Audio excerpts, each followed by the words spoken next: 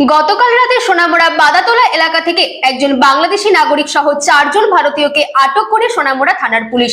এই ঘটনায় পুলিশি তরফে ইমিগ্রেশন অ্যান্ড ফরেনার্স অ্যাক্ট 2025 এবং বিএনএস অ্যাক্ট 2023 এর ধারায় একটি মামলা দায়ের করা হয়েছে। সোনামুড়া বাতাদোলা এলাকায় আন্তর্জাতিক সীমান্ত অতিক্রমের সময় 5 জনকে আটক করেছে বিএসএফ। আটককৃতদের মধ্যে একজন বাংলাদেশি নাগরিক ও 4 জন ভারতীয় নাগরিক রয়েছেন। ধৃত বাংলাদেশি নাগরিকের নাম ধনঞ্জয় ধর, যার বয়স 59। তিনি বাংলাদেশের কক্সবাজারের বাসিন্দা। আটক ভারতীয় নাগরিকদের মধ্যে 3 জন পশ্চিমবঙ্গের বাসিন্দা, যাদের নাম তপন কুমার ঘোষ এবং অজিত কুমার ঘোষ, এবং ত্রিপুরার বাসিন্দা তার নাম রবিন মিয়া, যাদের বয়স যথাক্রমে 56, 35 এবং 22। পুলিশ সূত্রে জানা যায়, আটককৃতদের বিরুদ্ধে ইমিগ্রেশন অ্যান্ড ফরেনার্স অ্যাক্ট 2025 এবং বিএনএস অ্যাক্ট 2023 এর একটি মামলা দায়ের করা হয়েছে। আজ তাদের আদালতে হাজির করা হবে।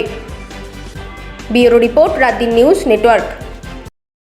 আজ রাতে আমাদের সোনামুড়া থানার অন্তর্গত যে বাতাদোলা বর্ডার এরিয়া আছে, তো ওই ফেন্সিং এর কাছ থেকে একজন বাংলাদেশি নাগরিক এবং 4 জন টাউটকে গ্রেপ্তার করা হয়েছে।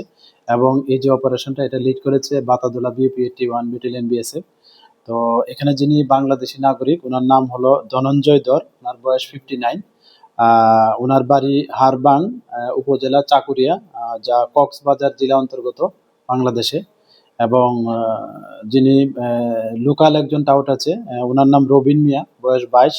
ওনার বাড়ি ইউএনসি নগর, আমাদের সোনামুড়া থানার অন্তর্গত। এবং বাকি যে 3 জন আছে তারা ওয়েস্ট বেঙ্গলে বাড়ি, নর্থ 24 পরগনা জেলার। তো একজনের নাম হলো তপন কুমার ঘোষ, বয়স 56, এবং অন্যজন হলেন সৈকত চৌধুরী, 55 বয়স ওনার, এবং আরেকজন হলো অজিত কুমার দাস, যার বয়স 42।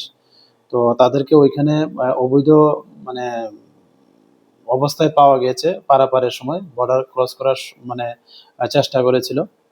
এবং এ নিয়ে আমাদের সোনামুড়া থানাতে একটা মামলা নেওয়া হয় ওনাদের এগেনস্টে, যার মধ্যে বিএনএস অ্যাক্ট আছে, এবং সেই সঙ্গে যে আমাদের নতুন আইন হয়েছে ইমিগ্রেশন অ্যান্ড ফরেনার অ্যাক্ট 2025, এই আইনের আওতায় ওনাদের এগেনস্টে মামলা নেওয়া হয়েছে। এবং আগামীকালকে আমরা ওনাদের মহামানব আদালতে প্রেরণ করব। Thank you.